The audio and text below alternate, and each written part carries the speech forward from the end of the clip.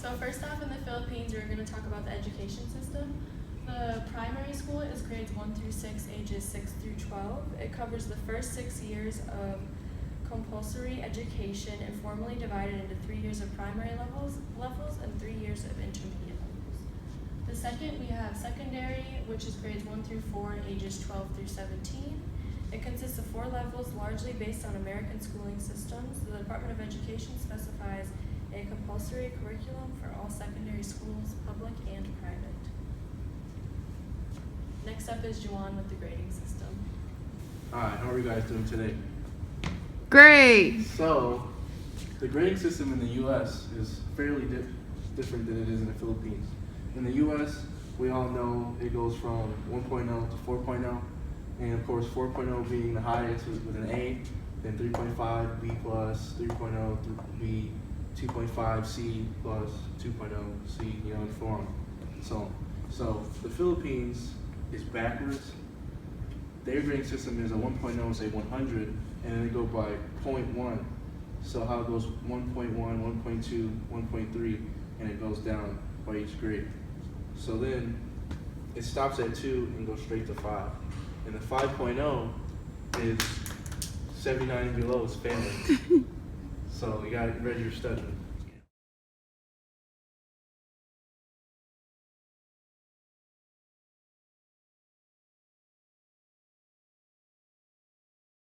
Hi, I'm Jane, a mother of 2. I'm here to tell you about the new education system called K-12. K-12 is an education program under the Department of Education. K-12 program covers kindergarten to 12 years of basic education. It consists of 6 years of grade school, 4 years of junior high school, and 2 years of senior high school. It aims to bring the Philippine education to the next level so we can match up with the rest of the world. It teaches our kids the necessary skills to find jobs if they decide to work first before going to college. In 2016, the first batch of students will graduate from junior high school to senior high school. Now under K-12, our kids have the right to choose from 3 tracks based on what they want to pursue. The academic track prepares students who want to take up further studies in college. It is divided into 3 strands: BAM, S, and STEM. Subjects under academic track, regardless of strand, are very much broad and general. The sports and arts track nurtures, trains, and guides our kids to be future artists and athletes.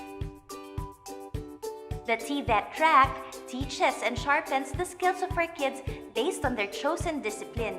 Students taking the TVET track can choose from a wider range of specializations: home economics, agri-fisheries, and industrial arts. While Information Communications Technology offers more modern programs like animation and programming. The TVET track also grants certificates that would greatly increase their employability if they decide to work first before going to college. No matter which program, TVET track contains a lot of specialized subjects that ensure students are ready to work and earn money right after high school. They also have an option to continue their chosen discipline into a bachelor's degree. K-12 is a program designed to address the unique and individual interests of our children for their future careers. Most private high schools will encourage students to choose the academic track to prepare them for college. But there are also other schools that offer specialized tracks that will use more career-focused education programs while still preparing them for college. One of these schools is CIIT. They offer a specialized TVET track under ICT in animation and programming that students can continue to a college degree. Let us equip our children with the skills they need to succeed. Because all of them deserve a career-focused education, our children deserve the K-12 program. Log in to www.ciit-ph.com to know more.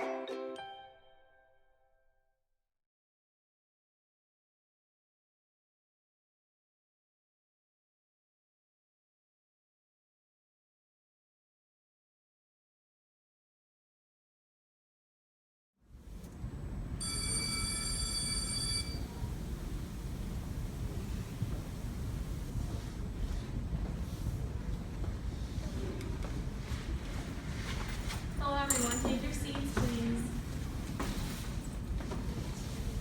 As you may know, we all took a midterm test. Some of you did good, some of you didn't do so well.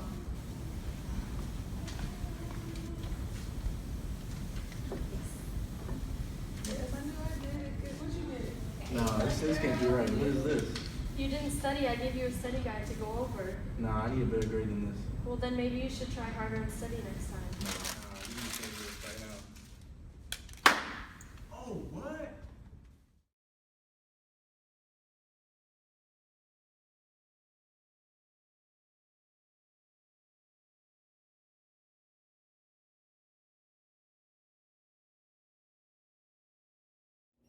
Well, I was born and raised in Seattle, but my family has always been there. So, What are the characteristics of a traditional Filipino family? I would say it's very family oriented. We're very big on respecting our elders and also very religious. How important is religion in your family? Well, like I said in the last answer, it's pretty important. Most Filipinos are Catholic and raised in a Catholic household. I know I was. I had to go to Sunday school as a kid and go through First Communion and Oh, wow. yeah. What is the most popular food? I would say lumpia. They're like egg rolls, but they're better. And this thing called lechon. It's like a whole roasted pig, like a whole roasted pig, like a whole pig. Describe the most or most celebrated holiday of your culture. It would probably be Christmas because it's a religious holiday, and we're big on religion, so Christmas or Easter. What would you say from your personal experience and perspective about people of your culture, misconception about people? Oh, let me redo that again. Did you pause it? Okay. What would you say from your personal experience and perspective? What is the most commonly held misconception about people of your culture? Probably that we are similar to the Chinese culture, or just any other Asian culture, because we're not. We're our own culture. People would just say, "Oh, you're Chinese." Yeah. No. No. Is there anything else you want others to know about you? I'm not Chinese. I'm Filipino. Well, this is Gavin Miguel, and I'm Luz Diaz, talking to you about cultural tradition in the Philippines. Okay.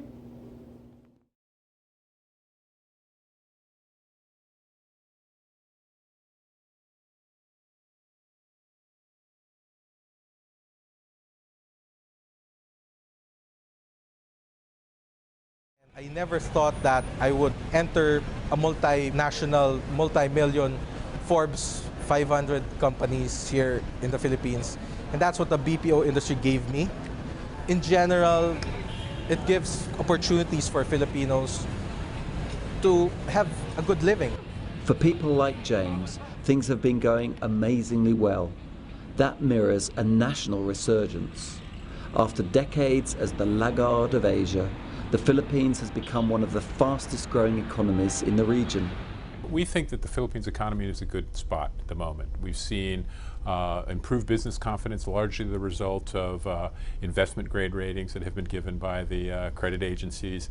We've seen business confidence improve as a result of some upgrades in competitive indices and some other areas where we're seeing general governance improving in the country, which again is encouraging businesses to invest, is encouraging this kind of growth. A combination of solid macroeconomic management, strong remittances from overseas workers, and the birth of a large back-office industry has propelled the country to faster growth. To cap it all, with half the population under 25, the country is now entering a demographic sweet spot. Unlikely as it seems, the Philippines could soon be growing faster than China. But not everything is going the Philippines' way.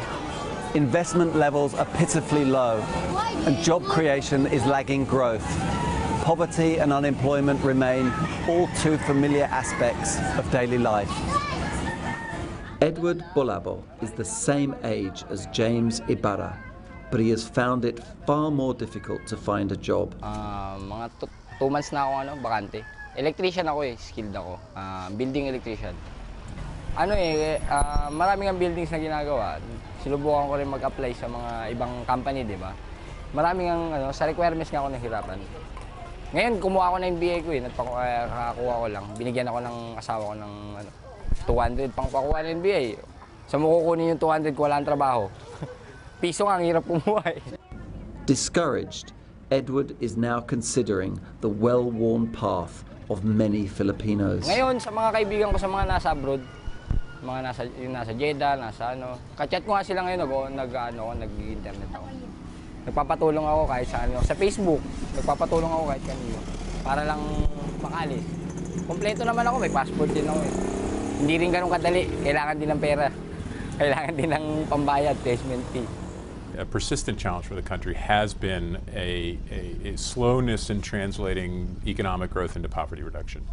And that's the result of a couple of structural issues that the economy still continues to suffer with. Part of it is, a lot of the population is invested in low productivity agriculture, and then you have services sector, which is relatively higher productivity, but not much in between, and that's manufacturing industry.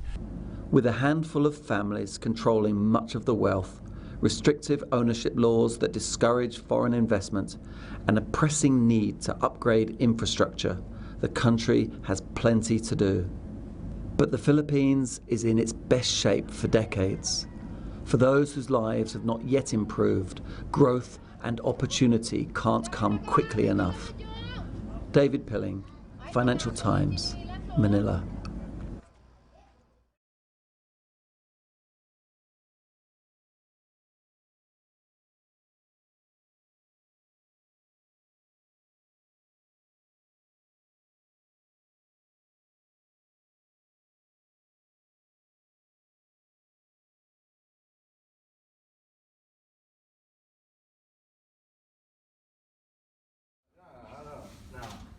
You need to regrade that. You need to regrade that.